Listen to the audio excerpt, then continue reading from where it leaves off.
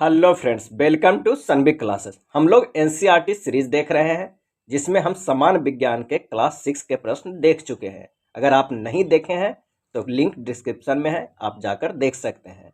आज हम लेकर आए हैं क्लास 7 के समान विज्ञान से जुड़े महत्वपूर्ण प्रश्न। इसमें कुल 18 चैप्टर है। एनसीईआरटी आज के एग्जाम के बैकबोन है। इससे काफ़ी ज़्यादा प्रश्न पूछा जा रहा है। इसे आप पूरा देखिए। अगर नए हैं तो सब्सक्राइब जरूर कर लीजिए। इस चैनल पे बेहतरीन कंटेंट इसी तरह हम लेकर आते हैं। तो आइए शुरू करते हैं पहले प्रश्न से। निम्नलिखित कथनों में से कौन से सत्य है? पहला प्रश्न पादपों में पोषण चैप्टर से है। निम्नलिखित कथनों में से कौन से सत्य है? जो जीव अपना भोजन स्वयं संश्लेषित करते हैं स्वपोषी कहलाते हैं।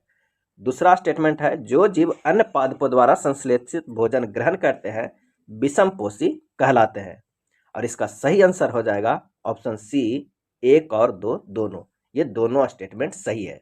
सभी सजीवों को भोजन की आवश्यकता होती है। पादप अपना स्वयं बनाते हैं, इसलिए इन्हें स्वपोषी कहा जाता है। पादप है जो अपना भोजन स्वयं बनाते हैं, इसलिए इन्हें स्वपोषी भी कहा जाता है।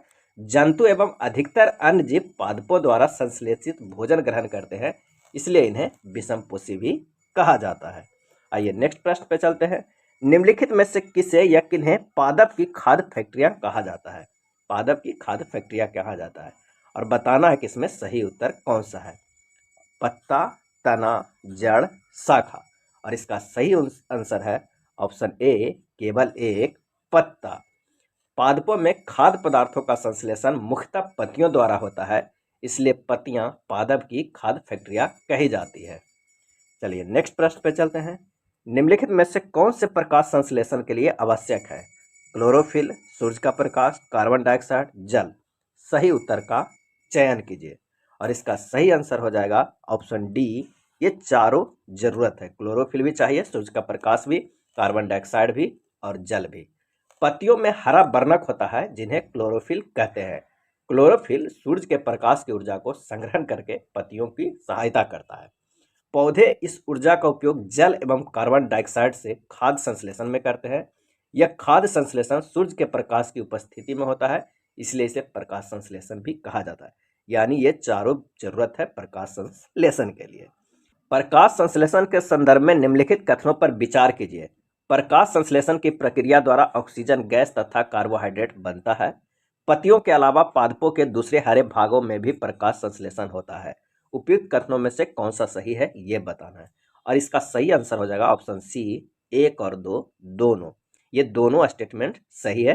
प्रकाश संश्लेषण की प्रक्रिया में ऑक्सीजन गैस तथा कार्बोहाइड्रेट बनता है और पत्तियों के अलावा पादपों के दूसरे हरे भाग में भी प्रकाश की जरूरत होता है, क्योंकि हरे तने एवं हरी शाखाएं में भी प्रकाश संश्लेषण की क्रिया संपन्न होती है। नेक्स्ट प्रश्न है कि पादपों के संदर्भ में निम्नलिखित कथनों पर विचार कीजिए।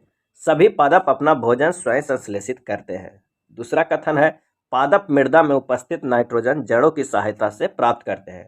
और बताना है कि इनमें कौन से कथन सही है और इसका जो सही आंसर हो जाएगा ऑप्शन बी, केवल 2 पादप मृदा में उपस्थित नाइट्रोजन जड़ों की सहायता से प्राप्त करते हैं। क्योंकि कुछ पादप ऐसे भी होते हैं जिनमें क्लोरोफिल नहीं पाया जाता है, इसलिए वे अपना भोजन स्वयं संश्लेषित नहीं करते हैं। जैसे एग्जाम्पल के रूप में अमरबेल। अपना भोजन स्वयं बनाने वाले पादप स्वपोषी कहलाते हैं, जबकि वे पादप जो अपना भोजन स्वयं नहीं बना पाते हैं विषमपोषी कहलाते हैं। विषमपोषी पादप भोजन के लिए जिन पादपों पर निर्भर होता है वे पादप परपोषी कहलाते हैं। चलिए नेक्स्ट प्रश्न पर चलते हैं। नेक्स्ट प्रश्न है कि निम्नलिखित में कौन सा जो पादप कीटों को पकड़कर अपना आहार प्राप्त करते हैं? कौन सा जो पादप है जो कीटों को पकड़कर अपना आहार बनाते हैं? और इसका सही आंसर हो जाएगा ऑप्शन सी, घटपर्णी। कुछ पादप ऐसे होते हैं जो कीटों का भक्षण करते हैं, ऐसे पादप कीटभक्षी कहलाते हैं। घटपर्णी यानी पिचर पादप बीनस, क्लाइट्रैप तथा संड्यू कीटभक्षी पादप के उदाहरण हैं। आइए अगले प्रश्न देखते हैं। निम्नलिखित कथनों पर विचार कीजिए और बताइए कि कौन सा कथन सही है। वह पोषण जिसमें कुछ जीव एक दूसरे के साथ रहते हैं तथा अपना आवास एवं भोजन एक दूसरे के साथ बांटते हैं सहजीवी संबंध कहलाते हैं। दूसरा कथन है कि वह पोषण जिसमें जीव किसी मृत एवं विघटित जैविक पदार्थों से पोषण प्राप्त करते हैं मृतजीवी पोषण कहलाता है। और इसका सही आंसर हो जाएगा ऑप्शन सी, ये दोनों स्टेटमेंट सही है। कवक एक मृतजीवी पोषण का उदाहरण है। चलिए अगले प्रश्न पे चलते हैं।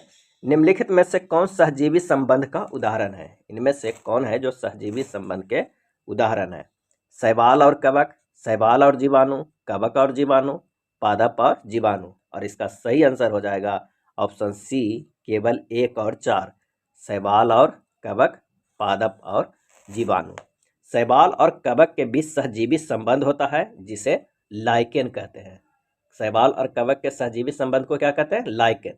शैवाल में क्लोरोफिल उपस्थित होता है जबकि कवक में क्लोरोफिल नहीं होता है। कवक शैवाल को रहने का स्थान यानी आवास, जल एवं पोषक तत्व उपलब्ध कराता है तथा बदले में शैवाल प्रकाश संश्लेषण द्वारा संश्लेषित खाद्य कवक को देता है। पादप और राइजोबियम जीवाणु भी सहजीवी संबंध का उदाहरण है, इसलिए इसका आंसर हो जाएगा ऑप्शन सी, केवल 1 और 4। नेक्स्ट प्रश्न पे चलते हैं। पादप के किस भाग द्वारा प्रकाश संश्लेषण हेतु वायु से कार्बन डाइऑक्साइड ली जाती है? और इसका सही आंसर हो जाएगा ऑप्शन बी, रंध्र से। पत्ती की सतह पर उपस्थित सूक्ष्म रंध्रों द्वारा वायु में उपस्थिति कार्बन डाइऑक्साइड प्रवेश करती है। ये रंध्र द्वार कोशिकाओं द्वारा घिरे होते हैं। इसका सही आंसर हो जाएगा ऑप्शन बी। नेक्स्ट प्रश्न है कि प्रकाश संश्लेषण प्रक्रम द्वारा पौधे कार्बोहाइड्रेट का संश्लेषण करते हैं। ये कार्बोहाइड्रेट निम्नलिखित में से किससे मिलकर बना होता है? और इसका सही आंसर हो जाएगा ऑप्शन बी, केवल 1, 2 और 3, कार्बन, हाइड्रोजन और ऑक्सीजन से मिलकर बने। प्रकाश संश्लेषण प्रक्रम द्वारा पौधे कार्बोहाइड्रेट का संश्लेषण करते हैं। ये कार्बोहाइड्रेट मिलकर बने होते हैं कार्बन, हाइड्रोजन और ऑक्सीजन से। नेक्स्ट है, दालों की फसल के संबंध में निम्नलिखित कथनों पर विचार कीजिए। एक कथन है और एक कारण है। दालों की फसलों के लिए उन्हें मृदा में नाइट्रोजनी उर्वरक देने की आवश्यकता नहीं पड़ती है। ये कथन बिल्कुल सही है, क्योंकि दालों की फसल मृदा से नाइट्रोजन ग्रहण नहीं करती है, बल्कि कुछ विशेष जीवाणु फसलों को नाइट्रोजन प्रदान करते हैं। ये भी कारण सही है और इसका सही व्याख्या भी है, तो आंसर हो जाएगा ऑप्शन ए। अधिकतर दालें फलीदार पादपों से प्राप्त होती है। कुछ जीवाणु जो राइजोबियम कहलाते हैं वायुमंडलीय नाइट्रोजन को विलय पदार्थों में परिवर्तित कर देते हैं। ये जीवाणु चना, मटर, मूंग तथा अन्य फलीदार पादपों की जड़ों में रहते हैं तथा उन्हें ये नाइट्रोजन की आपूर्ति करते हैं। इसके बदले पादप जो राइजोबियम जीवाणु को आवास एवं खाद्य पदार्थ प्रदान करते हैं, अतः इनमें सहजीवी संबंध भी रहता है। नेक्स्ट प्रश्न देखते हैं प्राणियों के पोषण चैप्टर से। पहला प्रश्न है कि स्टारफिश तारा मछली के संदर्भ में निम्नलिखित में से कौन सा कथन सत्य है? इसका आहार कैल्शियम कार्बोनेट के कठोर कवच वाले जंतु होते हैं। दूसरा है, भक्षण के लिए कवच खोलने के बाद अपने मुख से अमाशय बाहर निकालती है तथा जंतु के कोमल भाग को खाती है। और बताना है कि इनमें से कौन सा उत्तर सही है। इसका आंसर हो जाएगा ऑप्शन सी, 1 और 2 दोनों। ये दोनों कथन सही है। तारा मछली भोजन को सीधे अमाशय में ही ग्रहण करती है। यह कैल्शियम कार्बोनेट की कठोर कवच वाले जंतुओं का आहार करती है। कवच खोलने के बाद अपने मुख से अमाशय बाहर निकालती है तथा जंतु के कोमल भाग को खाती है। अमाशय वापस शरीर में चला जाता है तथा आहार धीरे धीरे पचता है। नेक्स्ट है, पाचन तंत्र के संदर्भ में निम्नलिखित कथनों पर विचार कीजिए और बताइए कौन सा कथन असत्य है। पाचक रस सरल पदार्थों की जटिल बनाता है जो पाचन में सहायक है। ये गलत स्टेटमेंट है। अमाशय की आंतरिक भित्ति क्षुद्रांत तथा आहार नाल से संबंध ग्रंथियां पाचक रस स्थापित करती है। ये सही है, तो आंसर हो जाएगा ऑप्शन ए, केवल फर्स्ट स्टेटमेंट असत्य है, दूसरा सही है। चलिए अगले प्रश्न पर चलते हैं। निम्नलिखित कथनों में कौन सा सही है ये बताना है। यकृत शरीर का बड़ा ग्रंथि है। यकृत पीत रस स्रावित नहीं करता है। पीत रस वसा के पाचन में महत्वपूर्ण भूमिका निभाता है। इसका सही आंसर हो जाएगा ऑप्शन बी, केवल 1 और 3। यकृत शरीर का सबसे बड़ा ग्रंथि है। पीत रस वसा में पाचन की महत्वपूर्ण भूमिका निभाता है। ये दोनों स्टेटमेंट सही है, जबकि यकृत पीत रस स्रावित नहीं करता है, ये स्टेटमेंट गलत है। नेक्स्ट प्रश्न है, रूमिनेंट अथवा रोमंथी जंतुओं के संदर्भ में निम्नलिखित कथनों में से कौन सा सही है और सही उत्तर का चयन करना है। रूमिनेंट में अमाशय 4 भागों में बटा होता है। ये बिल्कुल स्टेटमेंट सही है। रूमेन में भोजन का आंशिक पाचन हो जाता है। ये भी सही है। बाद में जंतु इससे छोटे छोटे पिंडकों के रूप में मुख में लाता है तथा इसे चबाता है। इसे रोमंथन या जुगाली करना कहते हैं। ये भी स्टेटमेंट सही है और इसका सही आंसर हो जाएगा ऑप्शन डी, 1, 2 और 3। उपयुक्त सभी कथन सही है। घास खाने वाले जंतु वास्तव में पहले घास को जल्दी जल्दी निगलकर अमाशय के एक भाग में भंडारित कर लेता है। यह भाग रूमेन प्रथम अमाशय कहलाता है। रूमिनेंट में अमाशय 4 भागों में बटा होता है। रूमेन में भोजन का आंशिक पाचन होता है, जिसे जुगाल या कड़ कहते हैं, परंतु बाद में जंतु इसको छोटे छोटे पिंडकों के रूप में पुनः मुख में लाता है, जिससे वह चबाता रहता है। इसे प्रक्रम को रोमंथन यानी जुगाली करना कहते हैं। जानवर लोग जुगाली करते रहते हैं बैठकर। ऐसे जंतु रूमिनेंट अथवा रोमंथी कहलाते हैं। और घास में सेलुलोज की प्रचुर मात्रा होती है, जो एक प्रकार का कार्बोहाइड्रेट है। अनेक जंतु एवं मानव सेलुलोज का पाचन नहीं कर पाते हैं, इसी कारण ये घास नहीं खा सकते हैं। रूमिनेंट्स में शुद्रांत एवं बृहदांत के बीच एक थैलीनुमा बड़ी संरचना होती है, जिसे अंश नाल कहते हैं। भोजन के सेलुलोज को पाचन यहाँ पर कुछ जीवाणुओं द्वारा किया जाता है, जो मनुष्य के आहार नाल में अनुपस्थित होता है। चलिए नेक्स्ट प्रश्न पे चलते हैं। अमीबा के संबंध में निम्नलिखित कथनों पर विचार कीजिए और बताइए कि इनमें से कौन सा कथन सही है। पहला कथन है कि यह जलाशय में पाए जाने वाला एक कोशीय सिंगल जीव है। दूसरा है अमीबा अपनी आकृति एवं स्थिति निरंतर बदलता रहता है। तीसरा है अमीबा की कोशिका में एक कोशिका झिल्ली, एक गोल सघन केंद्रक एवं कोशिका द्रव में बुलबुले के समान अनेक धानियां होती है। और इसका सही आंसर हो जाएगा ऑप्शन डी 1, 2, 3। ये तीनों स्टेटमेंट सही है। अमीबा के संबंध में सभी कथन सही है। यह जलाशयों में पाए जाने वाला एक कोशीय जीव है, जो अपनी आकृति एवं स्थिति निरंतर बदलता रहता है। इसकी कोशिका में एक कोशिका झिल्ली, एक गोल सघन केंद्रक एवं कोशिका द्रव में बुलबुले के समान अनेक धानियां उपस्थित होती है। नेक्स्ट चलते हैं। सूची 1 और सूची 2 को सुमेलित करना है और देखना है कि इनमें से कौन सा सही। एक तरफ अंग है और दूसरे तरफ उसकी विशेषता है। तो अमाशय की बात करते हैं तो अम्ल का निर्मोचन करता है। छोटी आंत की बात करते हैं तो पचे भोजन का रुधिर वाहिकाओं में अवशोषण है। बड़ी आंत की बात करते हैं तो जल अवशोषण होता है। और यकृत शरीर के सबसे बड़ी ग्रंथि है। और इसका सही हो जाएगा ऑप्शन बी। पचा हुआ भोजन अवशोषित होकर क्षुद्रांत की भित्ति में स्थित रुधिर वाहिकाओं में चला जाता है। इस प्रक्रम को अवशोषण कहते हैं। जल एवं कुछ लवण बड़ी आंत में अवशोषित होते हैं। यकृत शरीर का सबसे बड़ी ग्रंथि है। यह पीत रस का स्त्रावन करती है। पीत रस वसा के पाचन में महत्वपूर्ण भूमिका निभाता है। चलिए नेक्स्ट प्रश्न पे चलते हैं।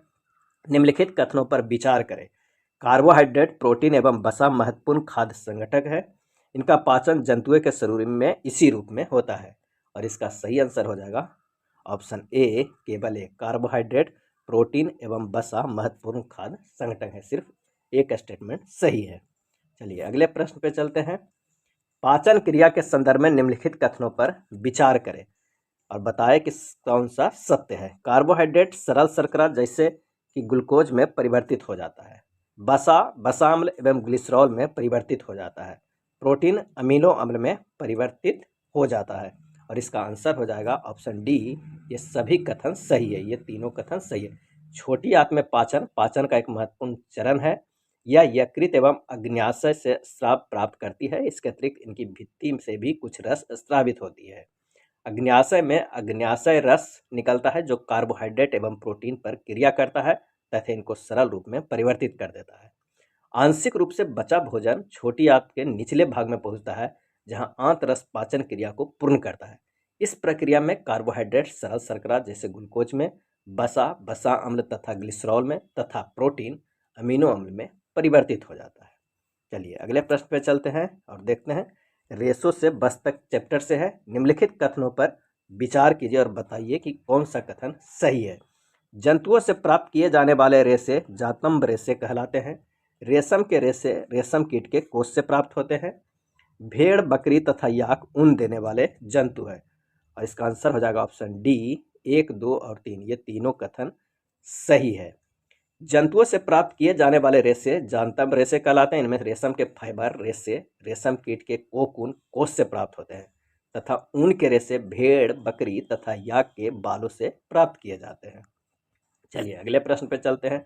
निम्नलिखित कथनों में से कौन से कथन सही है, ये बताना है। अंगोरा ऊन को अंगोरा नस्ल की बकरियों से प्राप्त किया जाता है। अंगोरा नस्ल की बकरियां कश्मीर की पहाड़ी क्षेत्रों में पाई जाती है। पश्मीना शॉल अंगोरा नस्ल की बकरियों की त्वचा पर उपस्थित मुलायम बालों यानी फर से बनाई जाती है। और इसका जो सही आंसर हो जाएगा ऑप्शन ए केवल 1 और 2। नेक्स्ट प्रश्न है कि रेशम के संदर्भ में निम्नलिखित कथनों पर विचार कीजिए और बताइए कौन सा कथन सही है। रेशम कीट पालन को सेरीकल्चर कहा जाता है। रेशम फाइबर रेशे प्रोटीन से बने होते हैं। रेशम के रेशे रेशम कीटों से प्राप्त किए जाते हैं। और इसका आंसर हो जाएगा ऑप्शन डी। ये तीनों स्टेटमेंट सही है। रेशम कीट पालन को सेरीकल्चर कहा जाता है। रेशम फाइबर रेशम प्रोटीन बने होते हैं, इसलिए स्टेटमेंट 1, 2 सही है। और रेशम कीट रेशम के रेशों के आवरण कोकून बनाते हैं। कोकूनों से रेशम को पृथक करके उनका संसाधन किया जाता है और फिर धागा बनाया जाता है। रेशम उत्पादन में भारत विश्व की अग्रणी देशों में से एक है, यानी इसका तीनों स्टेटमेंट सही है। चलिए नेक्स्ट प्रश्न पे चलते हैं। रेशम के संदर्भ में निम्नलिखित कथनों में से कौन से सही है और बताना है कि सही उत्तर क्या है। इसका मृदु रेशा सूत्र स्टील के तार जितना मजबूत होता है।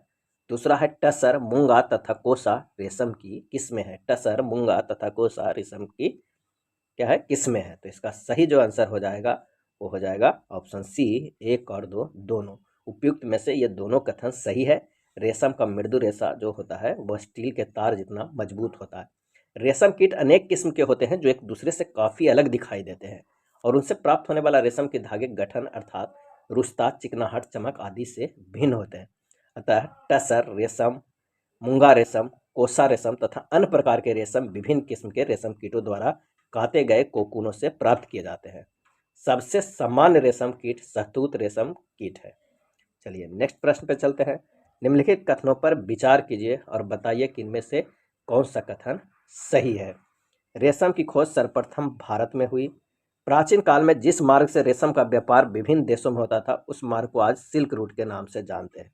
और इसका सही आंसर हो जाएगा ऑप्शन बी, केवल 2। रेशम की खोज सर्वप्रथम चीन में हुई थी, भारत में नहीं। रेशम उद्योग को प्रारंभ में चीन से गुप्त रखा गया। बाद में यात्रियों और व्यापारियों ने रेशम को अन्य देशों में प्रचलित किया। जिस मार्ग से उन्होंने यात्रा की थी उसे आज भी सिल्क रूट ही कहा जाता है। इसका आंसर हो जाएगा ऑप्शन बी। अगला प्रश्न है उष्मा से। निम्नलिखित में से कौन सा तापमान का मात्रक नहीं है। इनमें से कौन तापमान का मात्रक नहीं है। Celsius, Fahrenheit, kelvin, pascal. Answer हो जाएगा ऑप्शन डी, पास्कल। पास्कल दाब का एसआई मात्रक है, जबकि सेल्सियस, फ़ारेनहाइट बाय केल्विन तापमान के मात्रक है। तापमान का एसआई मात्रक केल्विन है। अगर एसआई मात्रक पूछ दिया तो केल्विन पे टिक कीजिएगा, ना कि सेल्सियस और फ़ारेनहाइट पे। चलिए अगले प्रश्न पे चलते हैं। निम्नलिखित कथनों पर विचार कीजिए और बताइए कि कौन सा कथन सही है। उष्मा सदैव गर्म वस्तु से अपेक्षाकृत ठंडी वस्तु की ओर प्रवाहित होती है। दूसरा स्टेटमेंट है द्रव और गैसों में उष्मा संवहन द्वारा स्थानांतरित होती है। तीसरा वह प्रक्रम जिसमें उष्मा किसी वस्तु के गर्म सिरे से ठंडे सिरे की ओर स्थानांतरित होता है चालन कहलाता है। और इसका सही आंसर हो जाएगा ऑप्शन डी। ये तीनों स्टेटमेंट सही है, तीनों कथन सही है। उष्मा सदैव गर्म वस्तु से अपेक्षाकृत ठंडी वस्तु की ओर प्रवाहित होती है। एक वस्तु से दूसरी वस्तु में उष्मा 3 प्रक्रमों द्वारा स्थानांतरित होती है। कितने प्रकार से? 3 प्रकार से, चालन, संवहन तथा विकिरण से। ठोसों में प्रायः उष्मा चालन एवं द्रवों और गैसों में संवहन द्वारा स्थानांतरित होती है। विकिरण द्वारा उष्मा के स्थानांतरण के लिए किसी माध्यम की आवश्यकता नहीं होती है। वह प्रक्रम जिसमें उष्मा किसी वस्तु के गर्म सिरे से ठंडे सिरे की ओर स्थानांतरित होती है चालन कहलाता है। नेक्स्ट प्रश्न है सूची 1 और सूची 2 को सुमेलित करने का है और सही उत्तर को चयन करना है। आइए देखते हैं कौन सा सही आंसर है। थल समीर के बहने का समय कब है? तो वो है रात को। समुद्र समीर के बहने का समय क्या है? वो है दिन को। गहरे रंग के कपड़े पहनने का समय क्या है? तो आप कह सकते हैं शीत ऋतु में। और हल्के रंग के कपड़े पहनने का समय है ग्रीष्म ऋतु। और इसका सही आंसर हो जाएगा ऑप्शन ए, 4, 3, 2, 1। चलिए अगले प्रश्न पे चलते हैं। निम्नलिखित कथनों पर विचार कीजिए कि डॉक्टरी थर्मामीटर का मापन स्केल 35 डिग्री सी से 42 डिग्री सी तक होता है। डॉक्टरी थर्मामीटर में पारा का प्रयोग किया जाता है। और इसका सही आंसर हो जाएगा ऑप्शन सी, 1 और 2 दोनों कथन सही है। डॉक्टरी थर्मामीटर को केवल मानव शरीर का ताप मापने के लिए ही डिजाइन किया गया है। मानव शरीर का ताप सामान्यतः 35 डिग्री सेल्सियस से कम तथा 42 डिग्री से अधिक नहीं होता है। यही कारण है कि थर्मामीटर में 35 डिग्री से 42 डिग्री सी तक होता है। थर्मामीटर में पारे का प्रयोग किया होता है। पारा एक विषाक्त पदार्थ है और यदि तापमापी टूट जाए तो इसका निपटान अत्यंत कठिन है। आजकल अंकीय तापमापी यानी डिजिटल थर्मामीटर उपलब्ध है जिनमें पारे का प्रयोग नहीं होता है। चलिए अगले प्रश्न पे चलते हैं। निम्नलिखित कथनों पर विचार कीजिए और बताइए कि इनमें से कौन सा कथन सही है। गहरे रंग की वस्तुएं हल्के रंग की वस्तुएं की अपेक्षा उष्मीय विकिरण को कम अवशोषित करती है। यह स्टेटमेंट गलत है। ऊनी वस्त्र सर्दियों में हमें गर्म रखते हैं तथा इसका कारण यह है कि ऊन उष्मारोधी है तथा इसके रेशों के बीच वायु फंस जाती है। इसका आंसर हो जाएगा ऑप्शन बी, केवल 2। गहरे रंग की वस्तुएं हल्के रंग की वस्तुएं की अपेक्षा उसमें विकिरण को ज्यादा अवशोषित करती है, इसलिए कथन फर्स्ट गलत है। ऊनी वस्त्र हमें गर्म इसलिए रखते हैं क्योंकि उष्मारोधी है और इनके रेशे के बीच में वायु रहती है और वो फंस जाती है। नेक्स्ट चलते हैं। यदि किसी निश्चित ताप के लोहे के गोले को उसी ताप के जल में डुबाया जाएगा तो क्या होगा, ये बताना है। लोहे के उष्मा का अच्छा चालक होने की वजह से लोहे का गोला और गर्म हो जाएगा, ये गलत है। लोहे का गोला ठंडा तथा जल का ताप अधिक हो जाएगा, ये भी गलत स्टेटमेंट है। लोहे के गोले तथा जल के ताप में कोई परिवर्तन नहीं होगा, ये सही है। गोले तथा जल दोनों का ताप कम हो जाएगा, ये गलत है। तो आंसर हो जाएगा ऑप्शन सी, केवल 3। उष्मा सदैव गर्म वस्तु से ठंडी वस्तु की ओर प्रवाहित होती है। चूंकि लोहे का गोला एवं जल समान ताप पर है अतः उष्मा का प्रवाह किसी भी दिशा अर्थात न तो गोले से जल की ओर और न ही जल से गोले की ओर होगा। इस प्रकार किसी के ताप में कोई परिवर्तन नहीं होगा। चलिए अगले प्रश्न पे चलते हैं। स्टेनलेस इस्पात की कड़ाही में प्रायः कॉपर तांबे की तली लगाई जाती है, इसका कारण क्या हो सकता है। इसका कारण है स्टेनलेस इस्पात की अपेक्षा तांबा उष्मा का अच्छा चालक है। स्टेनलेस इस्पात की अपेक्षा तांबा उष्मा का अच्छा चालक है। आंसर हो जाएगा ऑप्शन डी। स्टेनलेस इस्पात की अपेक्षा तांबा उष्मा का चालक है, जिसके कारण उष्मा बर्तन की तली में बेहतर तरीके से फैलती है तथा भोजन अच्छी तरह से पकता है। नेक्स्ट है चैप्टर 5, अम्ल, क्षारक और लवण से। इसमें एक तरफ सूची दिया हुआ है अम्ल का नाम, दूसरी तरफ पदार्थ का नाम जिसमें पाया जाता है। आइए मिलान करते हैं। फार्मिक अम्ल चींटी का डंक में, कैल्शियम हाइड्रोक्साइड चूने का पानी, टार्टरिक अम्ल इमली और अंगूर में, सोडियम हाइड्रोक्साइड साबुन में। और इसका सही आंसर हो जाएगा ऑप्शन ए, 1, 2, 4, 3। आइए कुछ प्रमुख अम्ल से संबंधित पदार्थों के नाम देखते हैं। अम्ल का नाम, पदार्थ का नाम जिसमें पाया जाता है। एसिटिक अम्ल सिरका, फार्मिक अम्ल चींटी के डंक में, साइट्रिक अम्ल नींबू कुल के सिट्रस फल में जैसे संतरा, नींबू आदि में, लैक्टिक अम्ल दही में, ऑक्जेलिक अम्ल पालक में, स्कॉर्बिक अम्ल आंवला सिट्रस फल में जिसमें विटामिन सी पाया जाता है, टार्टरिक अम्ल इमली अंगूर कच्चे आम में। ये सभी अम्ल प्राकृतिक के हैं। क्षारक का नाम है सोडियम बाइकार्बोनेट खाने के सोडा में, कैल्शियम हाइड्रोक्साइड चूने का पानी, अमोनियम हाइड्रोक्साइड खिड़की के कांच आदि साफ करने के लिए उपयोग में लाया जाता है, सोडियम हाइड्रोक्साइड या पोटेशियम हाइड्रोक्साइड साबुन के बनाने में, मैग्नीशियम हाइड्रोक्साइड दूधिया मैग्नीशियम जिसे कहते हैं मिल्क ऑफ मैग्नीशिया। चलिए नेक्स्ट प्रश्न पे चलते हैं। निम्नलिखित कथनों पर विचार करते हैं और बताते हैं कि कौन सा कथन सही है। उदासीन विलयन लाल अथवा नीले लिटमस पेपर का रंग परिवर्तित नहीं करता है, ये बिल्कुल सही है। हल्दी, लिटमस, गुड़हल की पंखुड़ियां आदि प्राकृतिक रूप से पाए जाने वाले सूचक है, ये भी सही है। जब वर्षा जल में अम्ल की मात्रा अधिक होती है तो वह अम्ल वर्षा कहलाती है, ये भी सही है। तो स्टेटमेंट 1, 2, 3 तीनों सही है, डी सही हो जाएगा। कोई पदार्थ अम्लीय अथवा क्षारीय, इसका परीक्षण करने के लिए विशेष प्रकार के पदार्थों का उपयोग किया जाता है, ये पदार्थ सूचक कहलाता है। हल्दी, लिटमस और गुड़हल की पंखुड़ियां इत्यादि प्राकृतिक रूप से पाए जाने वाले सूचक है। और जब वर्षा के जल मात्रा अधिक हो जाता है उसे अम्ल वर्षा कहते हैं। वर्षा जल के अम्लीय होने के कारण प्रदूषक के रूप में कार्बन डाइऑक्साइड, सल्फर डाइऑक्साइड और नाइट्रोजन ऑक्साइड जैसी गैसें होती है, जो वर्षा जल में घुलकर क्रमशः कार्बनिक अम्ल, सल्फ्यूरिक अम्ल और नाइट्रिक अम्ल बनाते हैं। यानी कार्बन डाइऑक्साइड से कार्बनिक अम्ल, सल्फर डाइऑक्साइड से सल्फ्यूरिक अम्ल और नाइट्रोजन ऑक्साइड से नाइट्रिक अम्ल बनाती है। चलिए अगले प्रश्न पर चलते हैं। रासायनिक उर्वरकों के अत्यधिक प्रयोग से मृदा पर पड़ने वाले प्रभावों और उसके उपचार के संदर्भ में बताना है। आइए देखते हैं। रासायनिक उर्वरकों का अधिक प्रयोग से मृदा को अम्लीय बना देता है, ये बिल्कुल सही है। अत्यधिक अम्लीय मृदा को उदासीन करने के लिए उसमें जैव पदार्थ मिलाए जाते हैं, ये गलत है। आंसर हो जाएगा ऑप्शन ए। रासायनिक उर्वरकों का अधिक उपयोग से मृदा को अम्लीय बना देता है, स्टेटमेंट 1 सही है। यदि मृदा अत्यधिक अम्लीय अथवा क्षारीय हो तो पादपों की वृद्धि के लिए यह अच्छी नहीं होती है। अत्यधिक अम्लीय मिट्टी के उपचार के लिए बिना बुझा हुआ चूना कैल्शियम ऑक्साइड अथवा बुझा हुआ चूना कैल्शियम हाइड्रोक्साइड उपयोग में लाया जाता है, जबकि जैव पदार्थों का उपयोग मृदा की क्षारीयता को कम करने के लिए किया जाता है। जैव पदार्थ मृदा में अम्ल निर्मुक्त करते हैं जो उसकी क्षारीय प्रकृति को उदासीन करते हैं।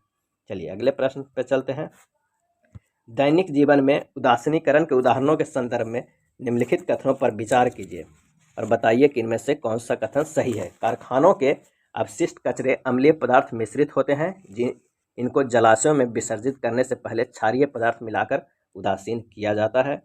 दूसरा है, अमाशय में अम्ल की मात्रा बढ़ने पर मैग्नीशियम हाइड्रोक्साइड इसे उदासीन करने में सहायक होता है। ये भी स्टेटमेंट सही है। चींटी के डंक के प्रभाव को नमी युक्त खाने का सोडा या सोडियम हाइड्रोजन कार्बोनेट अथवा कैलामाइन विलयन की सहायता से उदासीन किया जाता है। ये भी सही है और इसका आंसर हो जाएगा ऑप्शन डी 1, 2 और 3। ये तीनों स्टेटमेंट सही है। कारखानों के कचरे में अम्लीय पदार्थ मिश्रित होते हैं। ऐसे पदार्थ को सीधे ही जलाशयों में विसर्जित किया जाए तो मछली व अन्य जलीय जीवों पर अम्ल नष्ट कर सकते हैं, अतः क्षार मिलाकर इनको उदासीन किया जाता है। अमाशय में हाइड्रोक्लोरिक अम्ल पाया जाता है जो भोजन के पाचन में सहायक होता है, परंतु इसकी अधिकता से अपाचन हो जाता है। इस स्थिति से मुक्ति पाने के लिए मैग्नीशियम जैसा कोई प्रति अम्ल लेते हैं जिसमें मैग्नीशियम हाइड्रोक्साइड होता है जो अत्यधिक अम्ल के प्रभाव को उदासीन कर देता है। और चींटी के डंक के प्रभाव को नमी युक्त खाने का सोडा, सोडियम हाइड्रोजन कार्बोनेट अथवा कैलामाइन विलयन की सहायता से उदासीन किया जा सकता है जिसमें जिंक कार्बोनेट होता है। चलिए अगले प्रश्न पर चलते हैं। निम्नलिखित कथनों पर विचार कीजिए और बताइए कि कौन सा कथन सही है। हमारे दंत क्षय हेतु अम्ल जिम्मेदार होते हैं। ये बिल्कुल सही है। दांतों के मध्य फंसे खाद्य पदार्थ अम्ल निर्मोचित करने में सहायक होते हैं। ये भी सही है। तो आंसर हो जाएगा ऑप्शन सी 1 और 2। दोनों ही कथन सत्य है। सामान्यतः हमारे मुख में जीवाणु पाए जाते हैं परंतु उनमें हमें कोई हानि नहीं होती। फिर भी खाने के पश्चात यदि हम दांत एवं मुख साफ न करें तो मुख में अनेक हानिकारक जीवाणु वास करके वृद्धि करने लगते हैं। ये जीवाणु दांतों के बीच फंसे भोजन को शर्करा का विघटन कर अम्ल निर्मोचित करते हैं। यह अम्ल धीरे धीरे दांतों को क्षति पहुंचाते हैं। चॉकलेट, ठंडे पेय तथा चीनी मुक्त मिठाई या अन्य पदार्थ भी दंत क्षय हेतु उत्तरदायी होते हैं। दांतों की अम्लता को दूर करने हेतु टूथपेस्ट में नमक यानी क्षार का प्रयोग किया जाता है। चलिए अगले प्रश्न पर चलते हैं। यह है चैप्टर 6 से भौतिक एवं रासायनिक परिवर्तन से। भौतिक और रासायनिक परिवर्तन के संदर्भ में निम्नलिखित कथनों पर विचार कीजिए और बताइए कि सही कथन कौन सा है। सभी भौतिक परिवर्तन अनुत्क्रमणीय जबकि रासायनिक परिवर्तन उत्क्रमणीय होते हैं। दूसरा है, रासायनिक परिवर्तन में एक या एक से अधिक नए पदार्थ बनते हैं। तो इसका सही आंसर हो जाएगा ऑप्शन बी केवल 2 स्टेटमेंट। ऐसा परिवर्तन जिनका विपरीत दिशा में भी परिवर्तन संभव हो वह उत्क्रमणीय परिवर्तन कहलाता है। भौतिक परिवर्तन सामान्यतः उत्क्रमणीय होता है। भौतिक परिवर्तन में कोई नया पदार्थ नहीं बनता, बस उसकी अवस्था बदल जाती है, अर्थात इसको पूर्व अवस्था में लाया जा सकता है। जैसे पानी का बर्फ बनना, बर्फ गर्म करने पर पुनः पानी में बदल जाना। रासायनिक परिवर्तन अनुत्क्रमणीय होता है, इसका विपरीत दिशा में परिवर्तन संभव नहीं है। सभी नए पदार्थ रासायनिक परिवर्तन के परिणाम स्वरूप ही बनते हैं, अतः कथन 1 गलत है। रासायनिक परिवर्तन में एक या एक से अधिक नए पदार्थ बनते हैं। इस दौरान ध्वनि का उत्पन्न होना, उष्मा, प्रकाश अथवा किसी अन्य प्रकार के विकिरण के निर्मुक्त अथवा अवशोषित होना, किसी गंध का बनना या उसमें परिवर्तन होना भी हो सकता है। इसलिए कथन 2 सही है। इसलिए आंसर हो जाएगा केवल बी।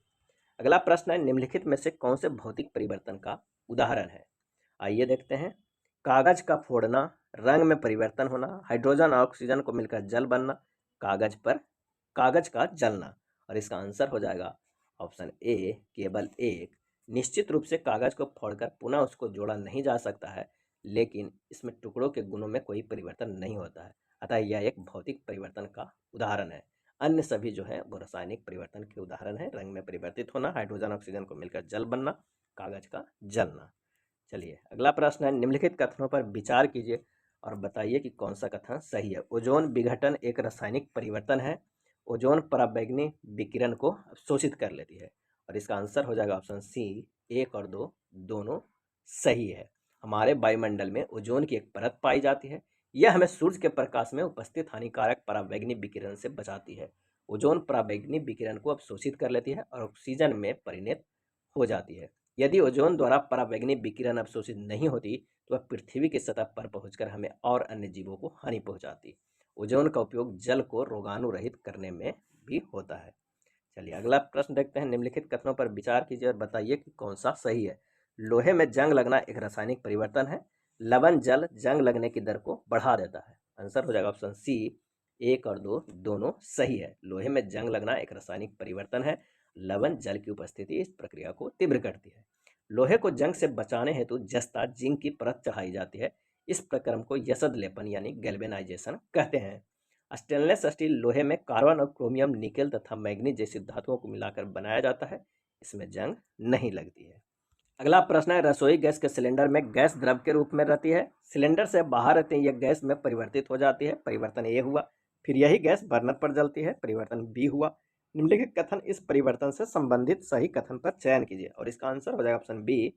प्रक्रम बी एक रासायनिक परिवर्तन है। सिलेंडर में द्रव के रूप में मौजूद गैस के बाहर आते ही गैस में परिवर्तित होना भौतिक परिवर्तन है, क्योंकि इस प्रक्रिया में गैस की रासायनिक संरचना में कोई परिवर्तन नहीं होता है।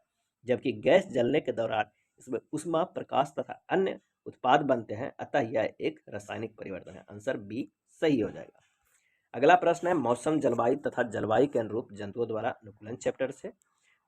मौसम और जलवायु के संदर्भ में निम्नलिखित कथनों पर विचार कीजिए और सही उत्तर को बताइए कि इनमें से कौन सा सही उत्तर है।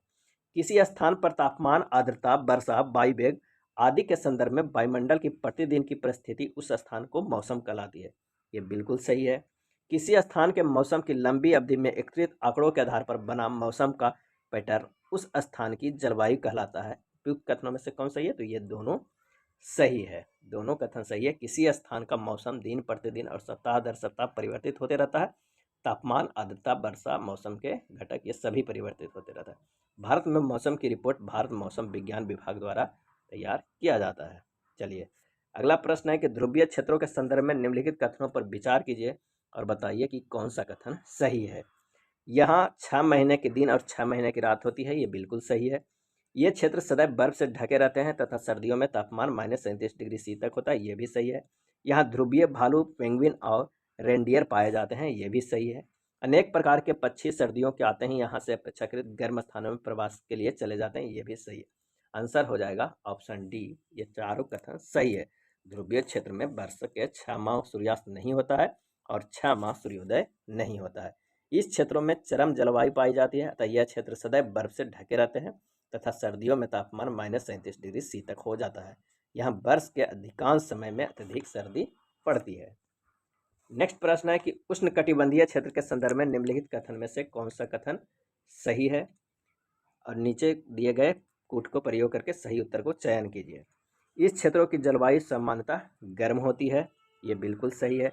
इस क्षेत्र में प्रचुर मात्रा में वर्षा होती है। ये भी सही है। उष्णकटिबंधीय वर्षावन भारत में पश्चिमी घाट और असम में पाए जाते हैं। ये भी सही है। लॉयन टेल्ड लंगूर, दाढ़ी वाला यह पश्चिमी घाट के वर्षा वनों में पाया जाता है। ये सही है। इसका आंसर हो जाएगा ऑप्शन डी। 1, 2, 3, 4 ये चारों कथन सही है। उष्णकटिबंधीय क्षेत्रों की जलवायु सामान्यतः गर्म होती है तथा यहाँ वर्षा प्रचुर मात्रा में होती है। उष्णकटिबंधीय वर्षा वन भारत के पश्चिमी घाटों और असम में पाए जाते हैं। ये वन दक्षिण पूर्व एशिया, मध्य अमेरिका और मध्य अफ्रीका में भी पाए जाते हैं। सतत गर्मी और वर्षा के कारण इस क्षेत्र में विभिन्न प्रकार के पादप और जंतु पाए जाते हैं। लॉयन टेल्ड लंगूर, दाढ़ी वाला यह पश्चिमी घाट के वर्षा वनों में पाया जाता है। इसकी सबसे प्रमुख विशेषता इसकी चांदी जैसी सफ़ेद आल है। लाल नेत्र वाला मेढक, न्यू वर्ल्ड मंकी, टुक्कन पक्षी, हाथी आदि इसी क्षेत्र के अन्य प्रमुख जंतु हैं। चलिए अगले प्रश्न पर चलते हैं। पवन, तूफान और चक्रवात चैप्टर से है। निम्नलिखित कथनों पर विचार कीजिए और बताइए कि इनमें से कौन सा कथन सही है। भूमध्य रेखा के आसपास के क्षेत्र को सूर्य की अधिकतम ऊष्मा मिलती है। ये बिल्कुल सही है। भूमध्य रेखा के दोनों ओर 0 डिग्री से 30 डिग्री अक्षांश की पट्टी को क्षेत्र में वायु भूमध्य रेखा की ओर गतिशील होती है। ये भी सही है। 30 से 60 डिग्री अक्षांशों के क्षेत्रों को असमान रूप से गर्म होने के कारण पवन का प्रवाह 60 डिग्री अक्षांश से 30 डिग्री अक्षांश की ओर होता है। ये भी एक गलत है। तो इसका आंसर हो जाएगा ऑप्शन ए, केवल 1 और 2। भूमध्य रेखा पर सूर्य की किरणें सीधे पड़ती है, इसलिए भूमध्य रेखा के आसपास के क्षेत्रों की अधिकतम ऊष्मा प्राप्त होती है। इसलिए कथन 1 तो सही है। 0 डिग्री से 30 डिग्री अक्षांश की पट्टी के क्षेत्रों में वायु भूमध्य रेखा की ओर गतिशील होती है, जिसका कारण यह है कि 0 डिग्री से 5 डिग्री उत्तर एवं दक्षिण अक्षांश के बीच निम्न वायुदाब का क्षेत्र होता है तथा 30 डिग्री उत्तर एवं दक्षिण अक्षांश के आसपास उच्च वायुदाब क्षेत्र होता है, जिसके कारण पवन उच्च वायुदाब से निम्न वायुदाब की ओर बहने लगती है। उच्च अक्षांशों पर सूर्य की किरणें तिरछी पड़ती है, इसलिए 30 डिग्री से 60 डिग्री के बीच पृथ्वी का सतह असमान रूप से गर्म होती है। 30 डिग्री उत्तरी एवं दक्षिणी अक्षांश के आसपास उच्च वायुदाब तथा 60 डिग्री अक्षांश के आसपास निम्न वायुदाब क्षेत्र होता है। इस कारण पवन का प्रवाह 30 डिग्री अक्षांश से 60 डिग्री अक्षांश की ओर होता है। इसका स्टेटमेंट केवल 1 और 2 सही है। अगला प्रश्न है कि पवन प्रवाह के संदर्भ में निम्नलिखित कथनों में से कौन सा कथन सही है, ये बताना है। शीतकाल में पवन के प्रवाह की दिशा स्थल से समुद्र की ओर होता है, ये बिल्कुल सही है। ग्रीष्मकाल में पवन समुद्र से स्थल की ओर होता है, ये भी सही है। समुद्र से आने वाला पवन अपने साथ जलवाष्प लाता है जिससे वर्षा होती है, ये भी सही है। तो आंसर हो जाएगा ऑप्शन डी के 1, 2 और 3, ये तीनों स्टेटमेंट सही है। गर्मियों में स्थलीय क्षेत्र अधिक तेजी से गर्म होता है और अधिकांश समय स्थल का ताप समुद्री जल की अपेक्षा अधिक रहता है। स्थल की ऊपर की वायु गर्म होकर ऊपर उठ जाती है, इससे पवन समुद्र से स्थल की ओर बहता है। शीतकाल में पवन का प्रवाह दिशा विपरीत हो जाता है, समुद्र से आने वाला पवन अपने साथ जलवाष्प भी लाता है जिससे वर्षा होती है। चलिए अगला प्रश्न है, तड़ित झंझावात और चक्रवात के संदर्भ में निम्नलिखित कथनों पर विचार कीजिए और बताइए कि कौन सा कथन सही है। वायुमंडल के ऊंचे स्तरों पर पानी के नीचे गिरती बूंदें और ऊपर उठती वायु परस्पर उच्च वेग से गति करते हैं जिससे तड़ित झंझावात का निर्माण होता है। चक्रवात का केंद्र एक शांत क्षेत्र होता है और इसका सही आंसर हो जाएगा ऑप्शन सी, 1 और 2 दोनों सही है। तड़ित झंझावात भारत जैसे गर्म आर्द्र उष्णकटिबंधीय क्षेत्रों में अक्सर विकसित होते रहते हैं। ताप में वृद्धि होने के कारण ऊपर की ओर उठती हुई पवन प्रबल हो जाती है। पवन वायु में पहले ही विद्यमान जल की बूंदों को अपने साथ ऊपर की ओर ले जाती है, जहां ताप कम होने के कारण वे जम जाती है और पुनः नीचे की ओर गिरने लगती है। गिरती हुई जल की बूंदें तीव्र वेग से ऊपर उठती हुई वायु के परस्पर क्रिया से बिजली तड़ित यानी कौंधती है जिससे ध्वनि उत्पन्न होती है। यह घटना तड़ित झंझावात कहलाती है। नेक्स्ट प्रश्न पे चलते हैं। चक्रवात के संदर्भ में निम्नलिखित कथनों में से कौन सा कथन सही है, ये बताना है। भारत के पश्चिमी तट चक्रवातों की प्रबलता और आवृत्ति दोनों ही संदर्भों में पूर्वी तट की अपेक्षा अधिक संवेदनशील है, ये गलत है। अमेरिकी महाद्वीप में चक्रवात को हरिकेन और फिलीपींस तथा जापान में टाइफून कहते हैं, ये सही है। आंसर हो जाएगा ऑप्शन बी। भारत की संपूर्ण तट रेखा विशेष रूप से पूर्वी तट चक्रवातों के लिए संवेदनशील है, परंतु भारत की पश्चिमी तट चक्रवातों की प्रबलता और आवृत्ति दोनों ही संदर्भों में अपेक्षाकृत कम संवेदनशील है। विश्व के विभिन्न भागों में चक्रवात को अलग अलग नाम से जाना जाता है। अमेरिकी महाद्वीप में इसे हरिकेन कहते हैं, जबकि फिलीपींस और जापान में टाइफून कहलाता है। अगला प्रश्न है कि निम्नलिखित कथनों पर विचार कीजिए और बताइए कि कौन सा कथन सही है। पवन के वेग में वृद्धि वायु दाब में वृद्धि करती है। पवन सदैव अधिक वायु दाब वाले क्षेत्र से कम वायु दाब वाले क्षेत्र की ओर गति करता है और इसका आंसर हो जाएगा ऑप्शन बी, केवल 2। प्रथम वाक्य गलत है जबकि दूसरा सही है। पवन का वेग वायु बढ़ने से वायु दाब वास्तव में कम हो जाता है। पवन सदैव अधिक वायु दाब वाले क्षेत्र से कम वायु दाब वाले क्षेत्र की ओर गति करता है। इसके उदाहरण स्थल समीर, समुद्र समीर, भारत में ग्रीष्मकाल में चलने वाले दक्षिणी पश्चिमी मानसून पवन तथा शीतकाल में चलने वाले उत्तर पश्चिम पवन। नेक्स्ट है, चक्रवात के दुष्प्रभावों को कम करने में निम्नलिखित में कौन सी व्यवस्थाएं सहायक होती है, और सही उत्तर को चयन करना है। चक्रवात पूर्वानुमान और चेतावनी सेवा बिल्कुल सही है। चक्रवात संभावित क्षेत्रों में चक्रवात आश्रयों का निर्माण और लोगों को तेजी से सुरक्षित स्थानों पर पहुंचाने के लिए प्रशासनिक व्यवस्था। जनता द्वारा मौसम विभाग की चेतावनी को गंभीरता से लेना। आपातकालीन सेवाएं जैसे पुलिस, अग्निशमन दल, चिकित्सा केंद्रों को टेलीफोन नंबर साथ रखना। पेयजल का संग्रहण, पड़ोसियों, मित्रों तथा बचाव दल के साथ यथासंभव सहयोग और सहायता करना। इसका आंसर हो जाएगा ऑप्शन डी, 1, 2, 3 और 4। चक्रवात के दुष्प्रभावों को कम करने में ये सभी व्यवस्थाएं अगर होती है तो चक्रवात का दुष्प्रभाव कम हो जाएगा। शीर्ष मृदा अथवा संस्तर स्थिति किसे कहते हैं? तो यह परत मृदु सरंध्र और अधिक जल को धारण करने वाली होती है, शीर्ष मृदा अथवा संस्तर स्थिति। दूसरा है मध्य परत अथवा संस्तर स्थिति।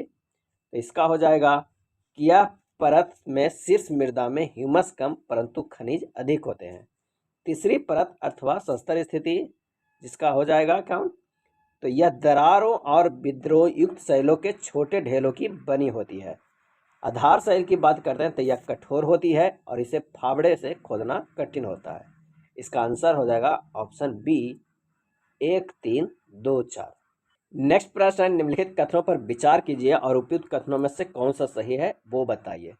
पादपों के उगने के लिए सबसे अच्छी शीर्ष मृदा दोमट मृदा होती है, ये बिल्कुल सही है। दोमट मृदा बालू, चिकनी मिट्टी और गाद का मिश्रण है, ये भी सही है। गाद कणों का अमाप साइज बालू और चिकनी मिट्टी को कणों के अमाप के बीच का होता है। सही आंसर हो जाएगा ऑप्शन बी, केवल 1, 2 और 3। चलिए अगले प्रश्न पे चलते हैं किसी गर्म दिन की दोपहर में किसी खेत अथवा खुले मैदान में जमीन के ऊपर की वायु कंपदीप्त होती दिखाई देती है। ऐसा निम्नलिखित में से किसके कारण होता है? और इसका आंसर हो जाएगा ऑप्शन ए, सूर्य के प्रकाश के परावर्तन के कारण। गर्म दिनों में मृदा से जल के वाष्पन के कारण ऊपर उठती जलवाष्प वायु की अपेक्षाकृत सघन बना देती है। इससे सूर्य के प्रकाश के परावर्तन के कारण मृदा के ऊपर की वायु कंपदीप्त यानी सिमर प्रतीत होती है। चलिए अगले प्रश्न पे चलते हैं। मृदा के संबंध निम्नलिखित कथनों पर विचार कीजिए और सही कथन को पहचानिए। क्या है? तो जल, पवन अथवा बर्फ के द्वारा मृदा की ऊपरी सतह का हटना अपरदन कहलाता है। ये बिल्कुल सही है। पॉलीथीन रसायन पिड़कनाशी मृदा को प्रदूषित करते हैं। ये भी सही है। इसका आंसर हो जाएगा ऑप्शन सी। उपयुक्त दोनों वाक्य सही है। मृदा का अपरदन मरुस्थल अथवा बंजर भूमि जैसे स्थानों पर अधिक होता है, जहाँ की सतह पर बहुत कम अथवा कोई वनस्पति नहीं होती है। अतः वृक्षों की कटाई और वनोन्मूलन को रोका जाना चाहिए। हरित क्षेत्र को बढ़ाने के प्रयास किए जाने चाहिए। पॉलीथीन की थैलियाँ और प्लास्टिक मृदा को प्रदूषित करती है। इसके अतिरिक्त पिड़कनाशी एवं रसायनों का उपयोग मृदा प्रदूषण का कारण बनता है। पिड़कनाशी के उपयोग में कमी, अपशिष्ट पदार्थों का उचित प्रबंधन, रसायनों के उपचार तथा पॉलीथीन के उपयोग पर प्रतिबंध मृदा प्रदूषण में कमी ला सकता है। नेक्स्ट प्रश्न है, जीवों में श्वसन चैप्टर से निम्नलिखित में से कौन सा पदार्थ हमारी पेशियों में संचित होता है जिससे ऐंठन होती है? आंसर हो जाएगा ऑप्शन बी, लैक्टिकम। बहुत देर तक व्यायाम करने, तेजी से दौड़ने, साइकिल चलाने अथवा भारी वजन उठाने जैसे कार्यों के लिए अधिक ऊर्जा की आवश्यकता होती है। लेकिन ऊर्जा उत्पन्न करने के लिए हमारे शरीर में ऑक्सीजन की आपूर्ति सीमित होती है। ऐसी स्थिति में पेशी कोशिकाएं अवायवीय श्वसन द्वारा ऊर्जा के अतिरिक्त मांग को पूरा करती है।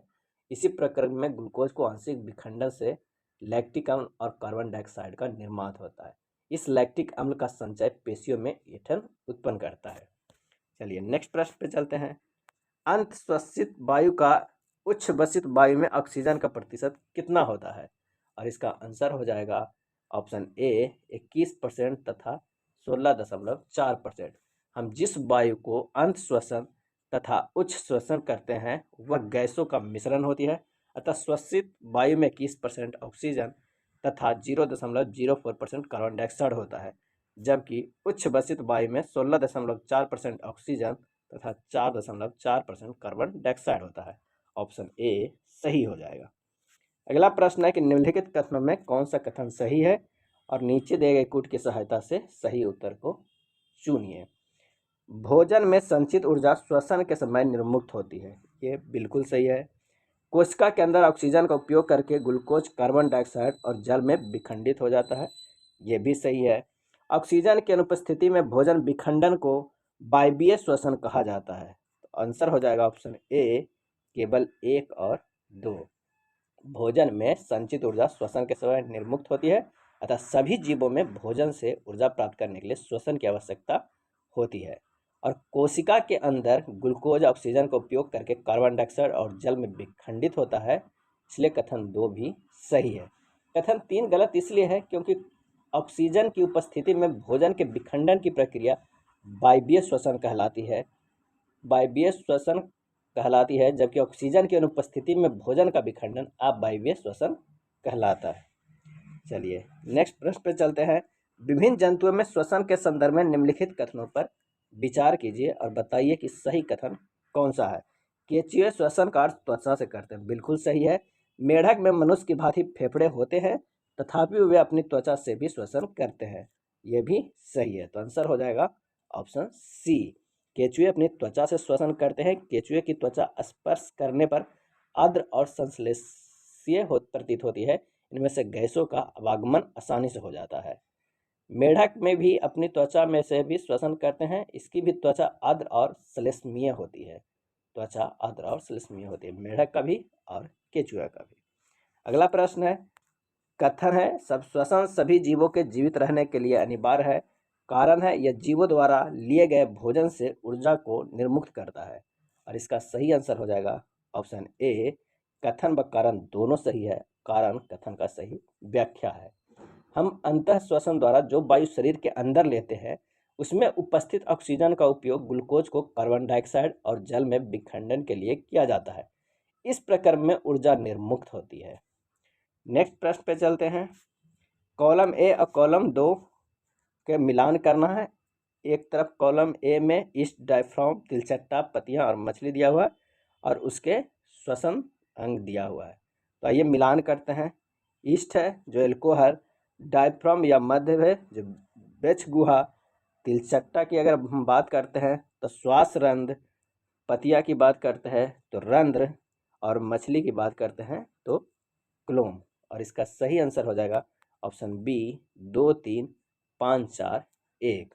ईस्ट एक कोशीय जीव है, ये अवायवीय रूप से श्वसन करते हैं और इस प्रक्रिया के समय एल्कोहल निर्मित करता है, अतः इनका उपयोग शराब, वाइन और बियर बनाने में किया जाता है।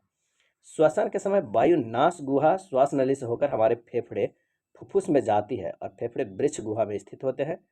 बछ गुहा पार्श्व में पसलियों से घिरी रहती है।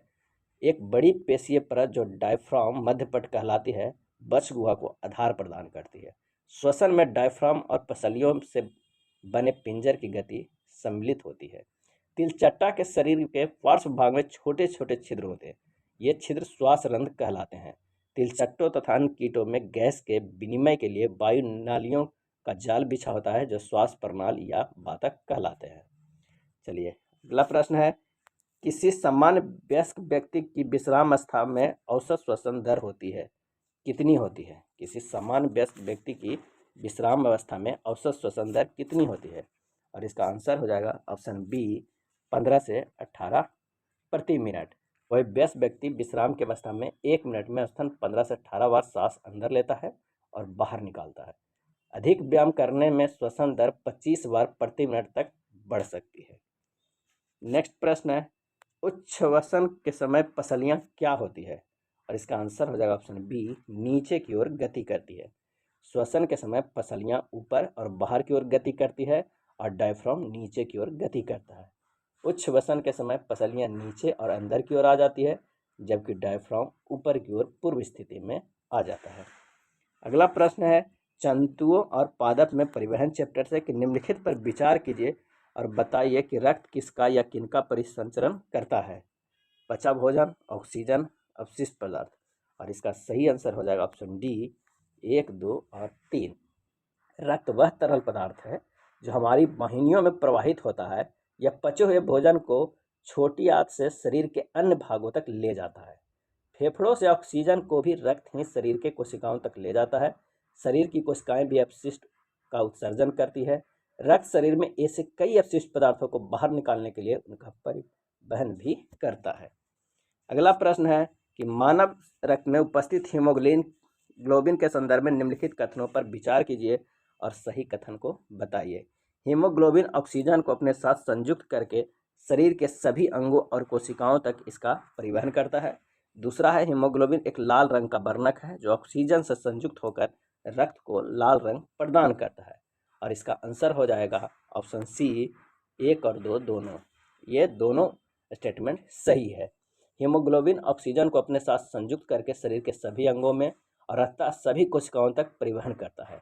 हीमोग्लोबिन की कमी होने पर शरीर की सभी कोशिकाओं को कुशलतापूर्वक ऑक्सीजन प्रदान करना कठिन हो जाता है। हीमोग्लोबिन लाल रक्त कणिकाओं आरबीसी में उपस्थित एक लाल रंग का वर्णक होता है। हीमोग्लोबिन की उपस्थिति के कारण ही रक्त का रंग लाल होता है।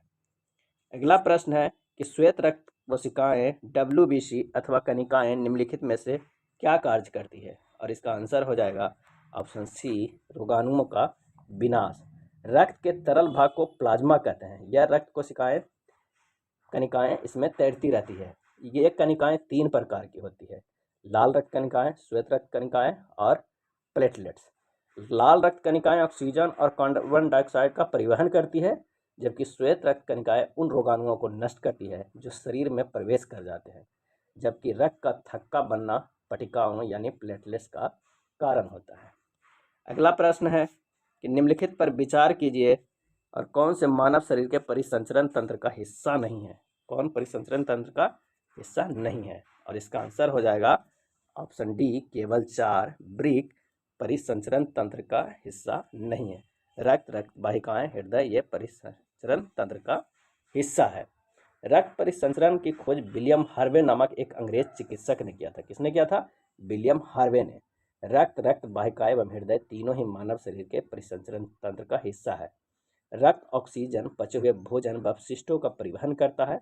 यह परिवहन रक्त वाहिकाओं के द्वारा होता है। शरीर में दो प्रकार की रक्त वाहिनियां पाई जाती, एक धमनी और एक शिरा। धमनियां हृदय से ऑक्सीजन समृद्ध रक्त को शरीर के सभी भागों में ले जाती है। चूंकि रक्त प्रवाह तेजी से और अधिक दबाव पर होता है, अतः वाहिनियों की भित्तियां दीवार मोटी और प्रत्यास्थ होती है।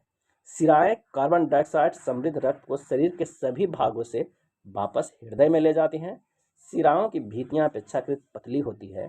शिराओं में ऐसे वाल्व होते हैं जो रक्त को केवल हृदय की ओर ही प्रवाहित होने देते हैं। हृदय रक्त द्वारा पदार्थों के परिवहन के लिए पंप के रूप में कार्य करता है। वृक्क मानव शरीर के उत्सर्जन तंत्र का हिस्सा है, न कि परिसंचरण तंत्र का है। चलिए अगले प्रश्न पे चलते हैं। चिकित्सक हृदय स्पंद को मापने के लिए निम्नलिखित में से किस यंत्र का उपयोग करते हैं? और इसका सही आंसर हो जाएगा ऑप्शन ए, स्टेथोस्कोप। हृदय 4 कक्षों में बटा होता है। हृदय की कक्ष की भित्तियां पेशियों की बनी होती है।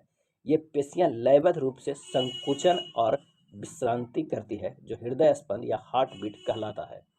चिकित्सक हृदय स्पंद को मापने के लिए स्टेथोस्कोप का प्रयोग करता है, जो हृदय स्पंद की ध्वनि को आवर्धित कर देता है। पेसमेकर का काम क्या है कि हृदय गति के कम हो जाने पर उसे सामान्य स्थिति में लाने हेतु प्रयोग होने वाला उपकरण है। इलेक्ट्रोकार्डियोग्राफ ईसीजी का प्रयोग संकुचन एवं विश्रांति के समय उत्पन्न विद्युत वाहक बल को मापने तथा हृदय के किसी अन्य प्रकार के विकार का पता लगाने के लिए होता है। और इलेक्ट्रोएन्सेफेलोग्राफ डबल ईजी का प्रयोग मस्तिष्क में होने वाले विद्युत क्रियाओं को निरूपित करने तथा मस्तिष्क संबंधी रोगों को निरूपण करने के लिए किया जाता है। अगला प्रश्न क्या है? निम्नलिखित पर विचार कीजिए और बताइए कि इनमें से कोई परिसंचरण तंत्र नहीं पाया जाता। इनमें से कोई परिसंचरण तंत्र नहीं पाया। आंसर हो जाएगा ऑप्शन सी, केवल 2 और 3, हाइड्रा एंड स्पंज। हाइड्रा और स्पंजों जैसे कुछ जंतुओं में कोई परिसंचरण तंत्र नहीं पाया जाता है। जिस जल में वे रहते हैं वही उनके शरीर में प्रवेश करके उनके भोजन और ऑक्सीजन की आपूर्ति कर देता है। जब जल बाहर निकलता है तो वह अपने साथ कार्बन डाइऑक्साइड और अपशिष्ट पदार्थ को भी ले जाता है। अतः परिसंचरण तंत्र रक्त के समान तरल की आवश्यकता इन्हें नहीं होती है। सामान्यतः मछलियों में परिसंचरण तंत्र पाया जाता है। अगला प्रश्न है, अफवो डायलिसिस की विधि निम्नलिखित में से किसके अक्रिय हो जाने की स्थिति में प्रयोग में लाई जाती है? आंसर हो जाएगा ऑप्शन बी, ब्रिक के। ब्रिक का मुख्य कार्य रक्त को छानने का होता है। अफवो की विधि का प्रयोग ब्रिक के अक्रिय हो जाने की स्थिति में किया जाता है। इस विधि में कृत्रिम ब्रिक द्वारा रक्त को नियमित रूप से छाना जाता है। ब्रिक मानव शरीर के उत्सर्जन तंत्र का महत्वपूर्ण हिस्सा है। ब्रिक मूत्र वाहिनियां, मूत्राशय और मूत्र मार्ग सम्मिलित रूप से उत्सर्जन तंत्र बनाते हैं। मानव उत्सर्जन तंत्र द्वारा लवण और यूरिया जल के साथ पसीने और मूत्र के रूप में शरीर से बाहर निकाल दिए जाते हैं। चलिए अगला प्रश्न है, कुछ जंतुओं के शरीर से अपशिष्ट रसायनों के निष्कासन के संदर्भ में निम्नलिखित कथनों पर विचार कीजिए और सही कथन क्या है बताइए। मछली कोशिका के अपशिष्ट उत्पादों को अमोनिया के रूप में उत्सर्जित करती है, ये बिल्कुल सही है। सर्प अपने शरीर से अपशिष्ट के रूप में नाइट्रिक अम्ल का उत्सर्जन करता है, ये बिल्कुल गलत है। आंसर हो जाएगा ऑप्शन ए। जंतुओं के शरीर में रसायनों के निष्कासन की विधि जल की उपलब्धता पर निर्भर करती है। मछली जैसे जलीय जंतु कोशिका के अपशिष्ट उत्पादों को अमोनिया के रूप में उत्सर्जित करते हैं, जो सीधे जल में घुल जाते हैं। पक्षी, छिपकली, सर्प जैसे कुछ जंतु अपने शरीर के अपशिष्ट पदार्थों को उत्सर्जन अर्धघन सेमी सॉलिड पदार्थ के रूप में करते हैं। यह पदार्थ यूरिक अम्ल होता है, जो मुख्यतः सफेद रंग का यौगिक है। मानव द्वारा उत्सर्जित अपशिष्ट पदार्थों में यूरिया प्रमुख है। नेक्स्ट प्रश्न है, सूची 1 और सूची 2 को सुमेलित करने का है। एक तरफ पौधों के भाग है और दूसरी तरफ उनके कार्य है। आइए मिलान करते हैं क्या क्या कार्य और है। इसका हो जाएगा कि रंध्र जो है वो बाष्पोत्सर्जन करता है, जाइलम जल का परिवहन करता है, फ्लोएम भोजन का परिवहन करता है, मूलरोम जल का अवशोषण करता है। सही आंसर हो जाएगा ऑप्शन सी। जाइलम या दारू जल एवं पोषक तत्वों के परिवहन के लिए पादपों में जो संवहन उत्तक कोशिकाओं का वह समूह होता है जो किसी जीव में किसी कार्य विशेष को संपादित करता है, उसे जाइलम कहते हैं। फ्लोएम पोषबा पौधों में पत्तियां भोजन का संश्लेषण करती है। भोजन को पादप के सभी भागों में ले जाया जाता है। यह कार्य एक संवहन उत्तक द्वारा किया जाता है। जिसे फ्लोएम कहते हैं। यानी पत्तियों का भोजन सभी जगह पहुंचाना फ्लोएम का काम है और जल पोषक तत्व पत्तियों तक पहुंचाना जाइलम का काम है।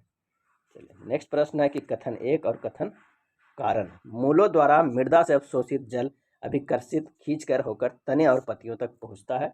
कारण पत्तियों से जल के बाष्पोत्सर्जन के कारण एक चूषण बल निर्मित होता है।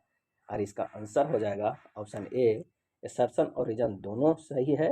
रीजन भी एसर्शन का सही स्पष्टीकरण है। पादपों में बाष्पोत्सर्जन के कारण एक चूषण बल निर्मित होता है, जिसके कारण मूलों द्वारा मृदा में अवशोषित जल आकर्षित होकर तने और पत्तियों पे पहुंचता है।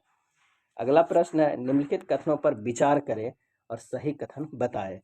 फुफ्फुस धमनी ऑक्सीजन समृद्ध रक्त का प्रवाह करती है।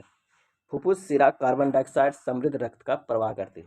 आंसर हो जाएगा ऑप्शन डी, दोनों गलत है। उपयुक्त दोनों कथन गलत है। फुफ्फुस धमनी कार्बन डाइऑक्साइड समृद्ध रक्त को हृदय से या फेफड़ों में ले जाती है। फुफ्फुस शिरा ऑक्सीजन समृद्ध रक्त को फेफड़ों से हृदय ले जाती है।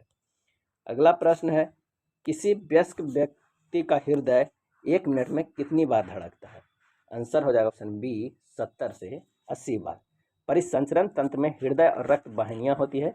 किसी वयस्क व्यक्ति का हृदय 1 मिनट में लगभग 70 से 80 बार धड़कता है। इसे हृदय स्पंदन दर कहते हैं। नेक्स्ट प्रश्न है, पादपों में जनन चैप्टर से कायिक प्रबंधन के संदर्भ में निम्नलिखित कथनों पर विचार कीजिए और सही कथन को बताइए। कायिक प्रबंधन द्वारा पादप कम अवधि में उगाए जा सकते हैं, ये बिल्कुल सही है। बीजों द्वारा उगाए जाने वाले पादपों की अपेक्षा कायिक प्रबंधन द्वारा उत्पन्न पादपों में पुष्प और फल आने में अधिक समय लगता है, ये बिल्कुल गलत है। आंसर हो जाएगा ऑप्शन ए। कथन 1 सही है परंतु 2 गलत है, क्योंकि पादपों में जनन 2 प्रकार से होता है, अलैंगिक और लैंगिक। अलैंगिक जनन की कुछ विधियां खंडन, मुकुलन, बीजाणु निर्माण और कायिक प्रबंधन है। इसमें से कायिक प्रबंधन की विधि में पत्तियां, तना और मूल जैसे कायिक भागों में एक नए पादप उगाए जाते हैं।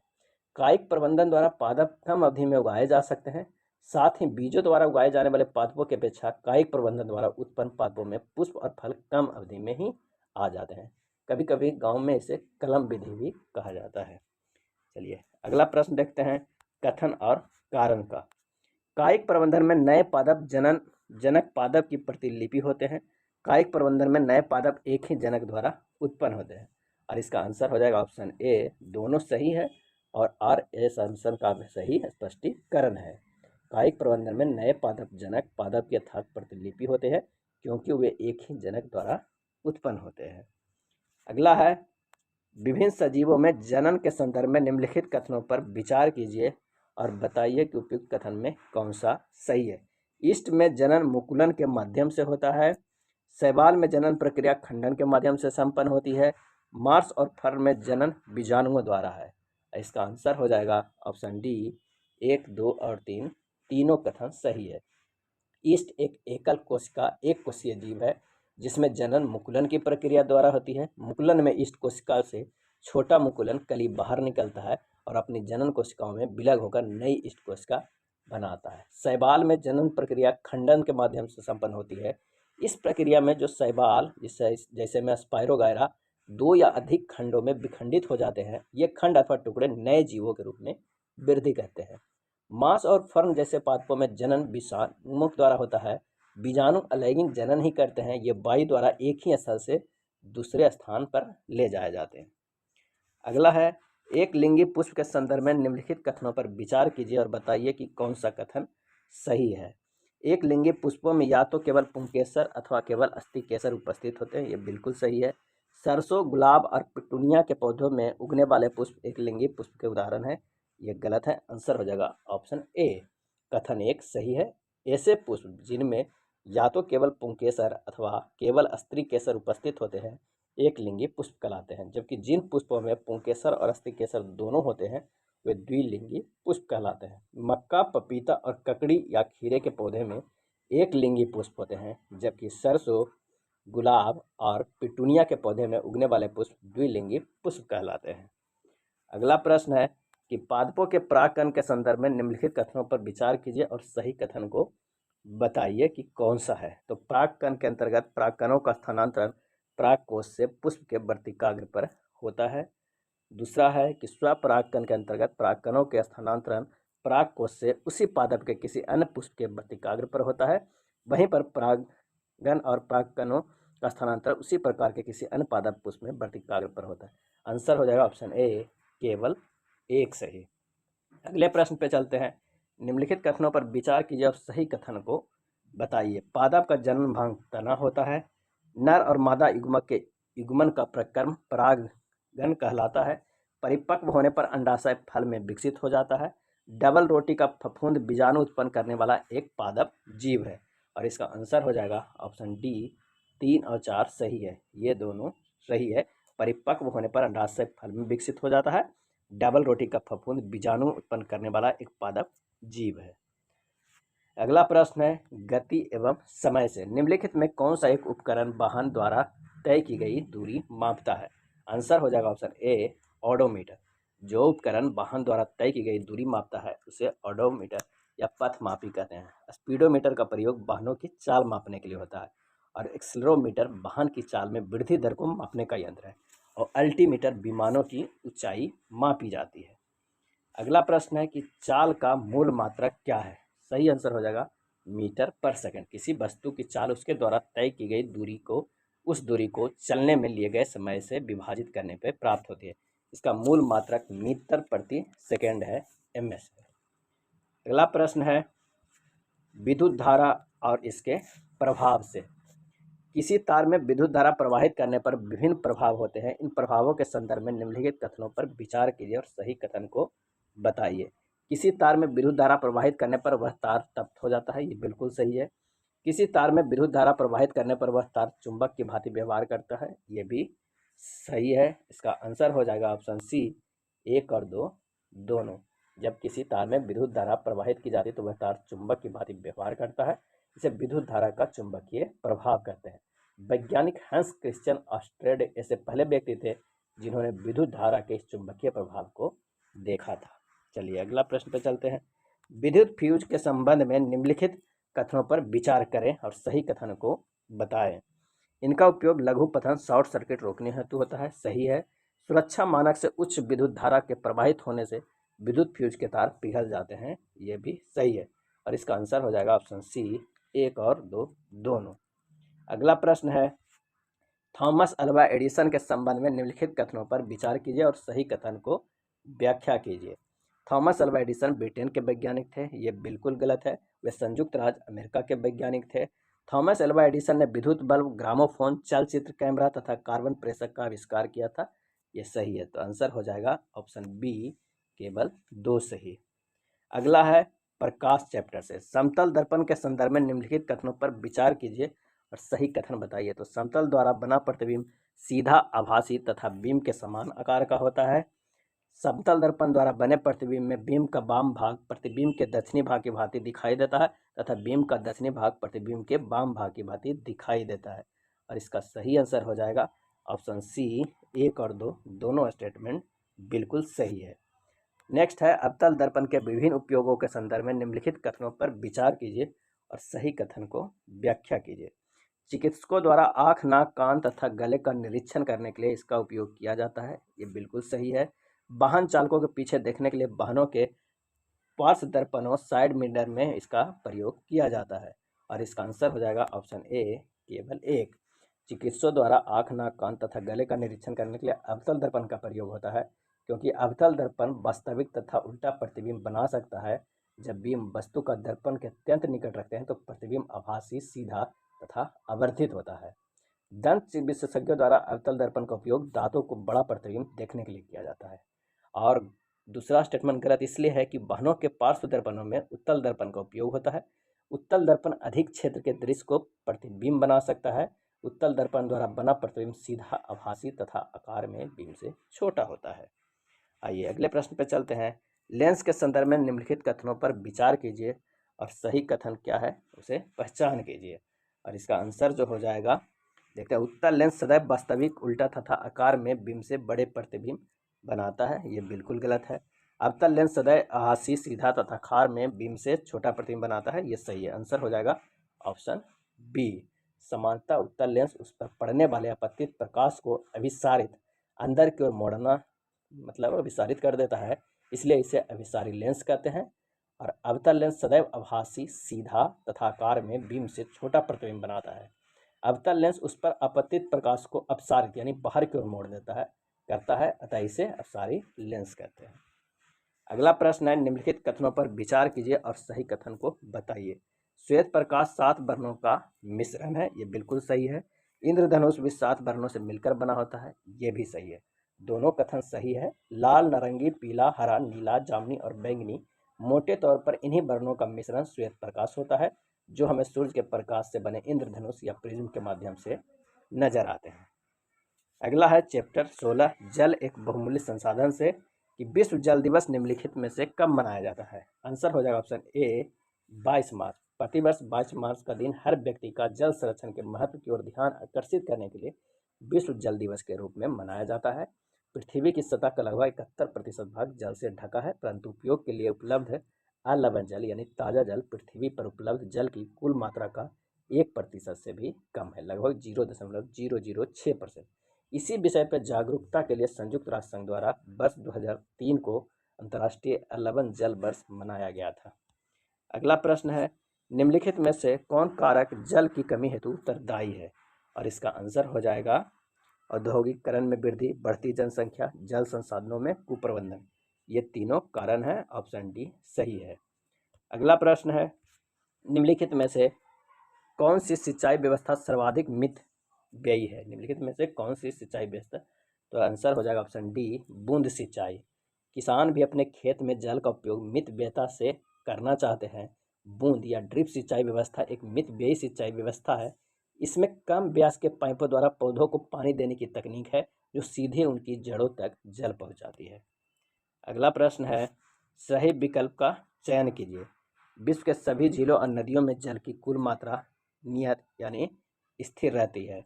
भूमिगत जल की कुल मात्रा नियत रहती है। विश्व के समुद्रों और महासागरों में जल की कुल मात्रा नियत है। विश्व में जल की कुल मात्रा नियत है। आंसर हो जाएगा ऑप्शन डी, विश्व में जल की कुल मात्रा नियत है। जल चक्र द्वारा परिचक्रण के दौरान जल इसकी तीनों अवस्थाओं अर्थात ठोस ध्रुवों पर हिमनद के रूप में, द्रव महासागर, नदी, झील, मौन जल के रूप में और गैस वायु में जलवाष्प में से किसी एक अवस्था में पृथ्वी पर कहीं भी पाया जा सकता है। जल का उसकी तीनों अवस्थाओं के बीच के सतत चक्रण द्वारा पृथ्वी पर जल की कुल मात्रा स्थिर बनी हुई है। अगला है, वन हमारी जीवन रेखा से। आइए देखते हैं निम्नलिखित में कौन सा खाद्य श्रृंखला का सही क्रम है। इसका आंसर हो जाएगा ऑप्शन ए घास, कीट, मेढक, सर्प, गरुड़। घास, कीट, मेढक, सर्प, गरुड़। आंसर ए सही हो जाएगा। अगला प्रश्न है कि अपघटकों के संदर्भ में निम्नलिखित कथनों में से कौन सा कथन सही है। नीचे दिए गए कूट का प्रयोग करके सही उत्तर को बताइए। ये मृत पादपों और जंतु उत्कों को ह्यूमस में परिवर्तित कर देता है, ये बिल्कुल सही है। ये वन में उगने वाले पादपों के लिए पोषक तत्वों की आपूर्ति को बनाए रखने में सहायक होता है, ये भी सही है। आंसर हो जाएगा ऑप्शन सी 1 और 2 दोनों। अगला है, निम्नलिखित में से कौन वक्तव्य सही नहीं है। आंसर हो जाएगा ऑप्शन बी, वन में पादप और जंतु एक दूसरे पर निर्भर नहीं होते हैं। वन में पादप और जंतु एक दूसरे पर निर्भर नहीं होते हैं। वन में अनेक खाद्य श्रृंखलाएं पाई जाती है। यदि किसी एक खाद्य श्रृंखला में कोई विघ्न पड़ता है तो अन्य श्रृंखलाओं को प्रभावित करता है। वन का प्रत्येक भाग अन्य भागों पर निर्भर होता है। यदि हम वनों को किसी घटक जैसे वृक्ष को अलग कर दे तो इसमें अन्य सभी घटक प्रभावित हो जाते हैं, यानी सही नहीं है। ऑप्शन बी आंसर हो जाएगा। अगला प्रश्न है, अपशिष्ट जल की कहानी से बताना कि इनमें से कौन सा कथन सही है। अपशिष्ट जल उपचार के प्रक्रम में उत्पन्न अपांग का उपयोग खाद के रूप में किया जाता है। अपशिष्ट जल उपचार प्रक्रम में उत्पन्न होने वाली बायोगैस जैव गैस का उपयोग ईंधन के रूप में अथवा विद्युत उत्पादन के लिए किया जाता है। ये दोनों स्टेटमेंट सही है। आंसर हो जाएगा 1 और 2 दोनों। अगला प्रश्न है कि कृमि प्रसंस्करण शौचालय के संदर्भ में निम्नलिखित कथनों पर विचार कीजिए और सही कथन को बताइए। और सही कथन क्या है वो देखते हैं। इसमें मानव मल को केंचुओं द्वारा उपचारित किया जाता है, बिल्कुल सही है। इसके उपयोग में जल की बहुत अधिक मात्रा की आवश्यकता होती है, ये भी सही है। मानव मल पूर्णतः कृमि केकों में परिवर्तित हो जाता है, जो मृदा के लिए अति समृद्ध पोषक है, ये भी सही। तो आंसर हो जाएगा ऑप्शन डी। ये प्रश्न था एनसीईआरटी बुक आधारित, जो क्लास 7 के सामान्य विज्ञान से लिया गया था। अगर वीडियो अच्छा लगा हो तो प्लीज़ लाइक एंड शेयर कर दीजिएगा। धन्यवाद।